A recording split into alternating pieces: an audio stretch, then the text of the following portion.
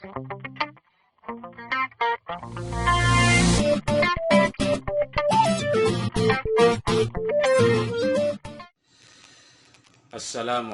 warahmatullahi wabarakatuh. Alhamdulillah, kita selalu bersyukur pada Allah. Salawat dan salam pada Nabi Muhammad Sallallahu Alaihi Wasallam. Pada kesempatan ini ada 3 hal yang perlu disampaikan pada saudara-saudaraku dimanapun berada.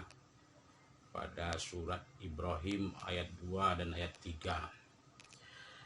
Allah mengatakan, A'udzubillahi minasyaitonirrajim, Bismillahirrahmanirrahim. Allahillazi lahu ma fis samawati wa ma fil ard, wa wailul lil kafirina min azabin syadid. Allazina yastahibbuna al-hayata ad-dunya 'alal akhirah wa yasudduna an sabilillah wa yabghunaha iwaja. Ulaika fi dhalalim ba'id. Shadaqallahul aliyyul azim.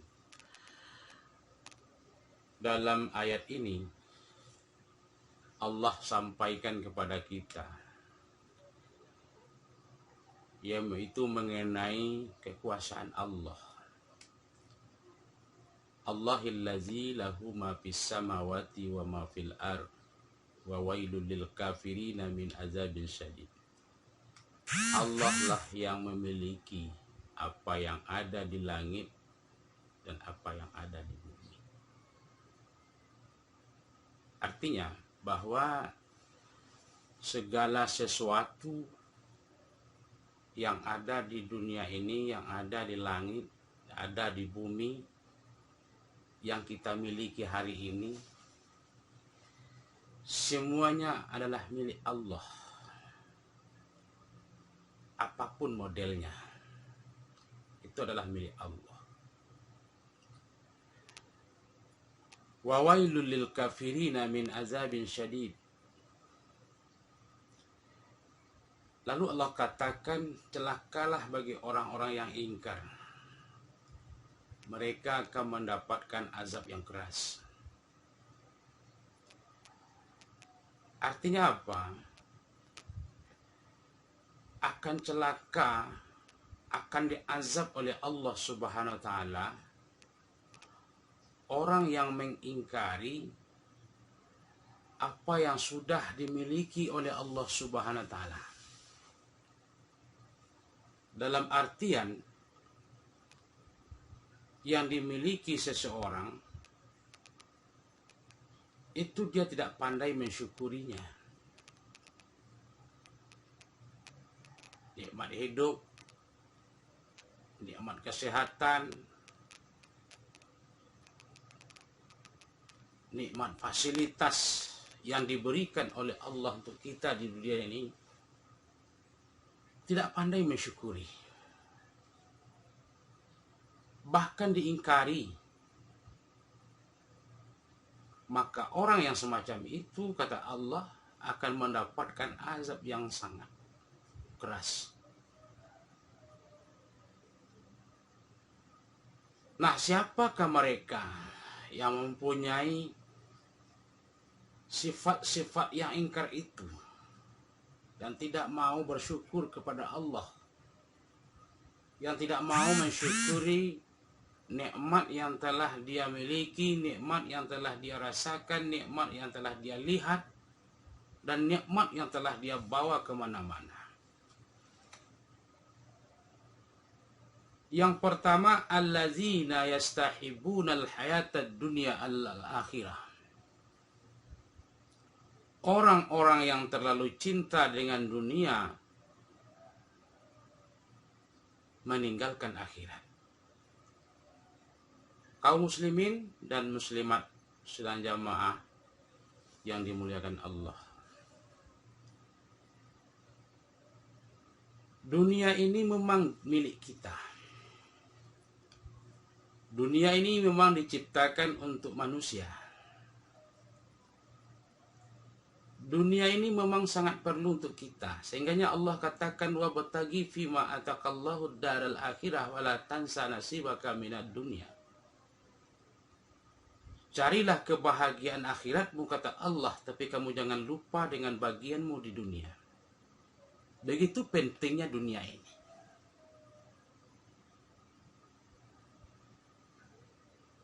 Nah,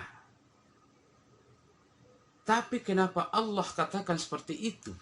Orang yang akan diazab oleh Allah Subhanahu wa taala dengan azab yang keras, allazina yastahibbuna al-hayata dunya 'alal akhirah. Terlalu cinta dengan dunia. Nah, ketika terlalu cinta dengan dunia, maka tinggallah akhirat. Walaupun melaksanakan sholat, tapi lalai, selalu lalai. Ibadah kepada Allah itu hanya nomor sekian. Tapi patokan hidup, Bapak-bapak, itu hanya dunia. Karena jabatan, ibadah tinggal. Allah lupa. Dengan kekayaan, Allah lupa. Kesibukan membuat kita lupa dengan Allah. Bahkan sama sekali tidak tahu menau dengan Allah. Padahal apa yang dia miliki itu adalah milik Allah. Saudara-saudaraku dimanapun berada. Jadi orang yang terlalu cinta dengan dunia sehingganya meninggalkan akhirat, maka dia akan diazab oleh Allah dengan azab yang keras, baik di dunia ini apalagi di akhirat kelak. Yang merupakan azab di dunia ini yang kita rasakan. Mungkin saja kita selalu merasakan susah. Mungkin saja kita selalu merasakan tidak cukup. Mungkin saja kita selalu mendapatkan kesakitan-kesakitan dari Allah. Bagi yang meninggalkan akhirat, terlalu cinta dengan dunia, itu namanya azab Allah Subhanahu wa taala. Yang kedua, wa yasudduna an sabilillah. Selalu melarang orang lain untuk berbuat baik di jalan Allah, dan termasuk melarang diri untuk berbuat baik di jalan Allah.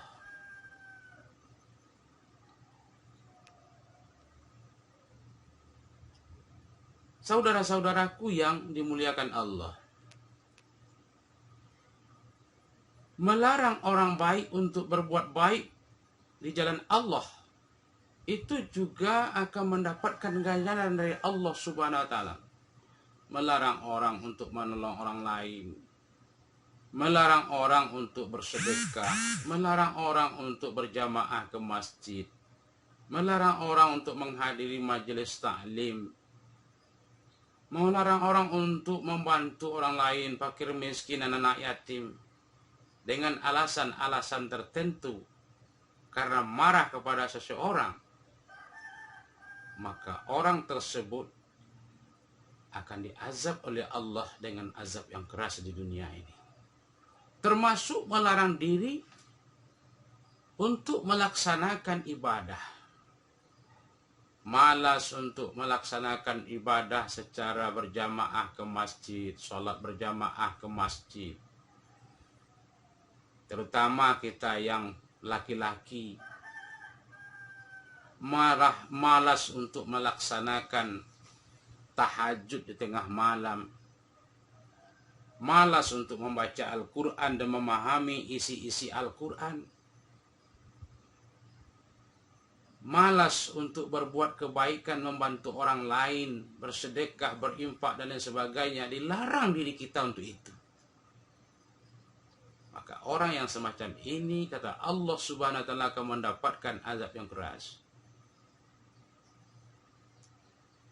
Yang terakhir, yang ketiga adalah waya begunaha iwaja. Selalu mencari jalan bengkok. Dalam hidupnya tidak pernah lurus. Niatnya selalu buruk. niatnya selalu kotor, hidupnya selalu dalam kebohongan, hidupnya selalu dalam keadaan keburukan, selalu mencari jalan bengkok. Di rumah tangga dia selalu mencari jalan kebohongan.